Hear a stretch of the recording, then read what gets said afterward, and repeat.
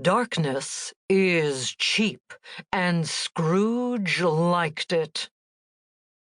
Spoken in a deep, rolling baritone, the words rumbled through the group that stood in front of the crackling fireplace in the two-story library.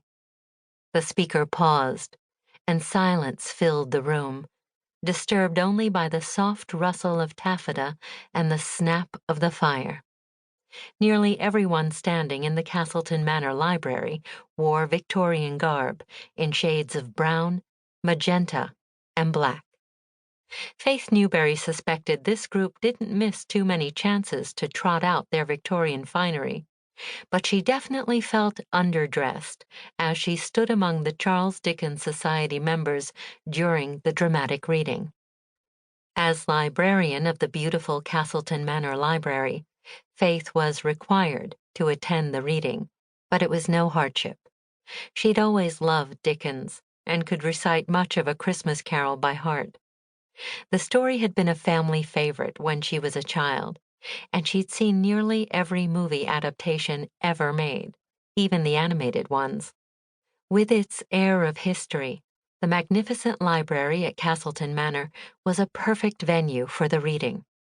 With its massively high ceiling, the space was large enough to create a slight echo as the story was read, which added to the spooky quality.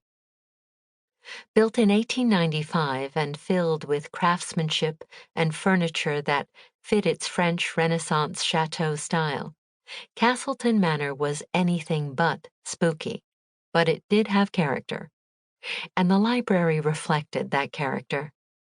A carved walnut ceiling topped a room that was a perfect marriage of craftsmanship and artistry. The library housed literally thousands of volumes, but still had more than enough room to host a dramatic reading in front of the huge fireplace. The red velvet furniture that normally circled the fireplace had been moved back to allow room for both the readers and the audience to stand through the performance. Faith suspected sitting would be difficult in some of the fancy taffeta gowns. As with all the public rooms in the manor, the library had a Christmas tree tucked into one corner, if an 11-foot tree could be tucked.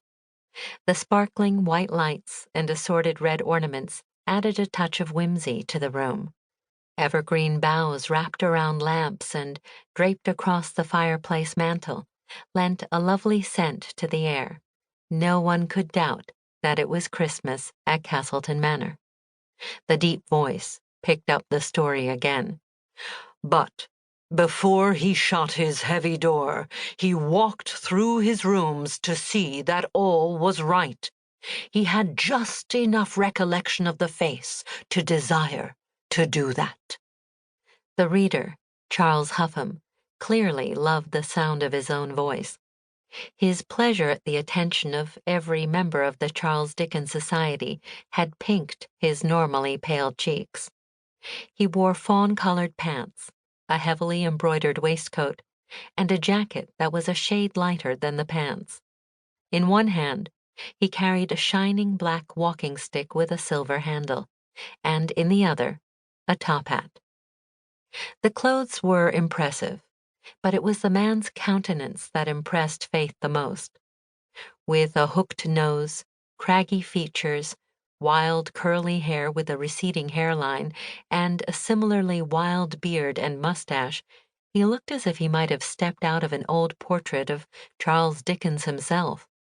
It was really no wonder he was the president of the society.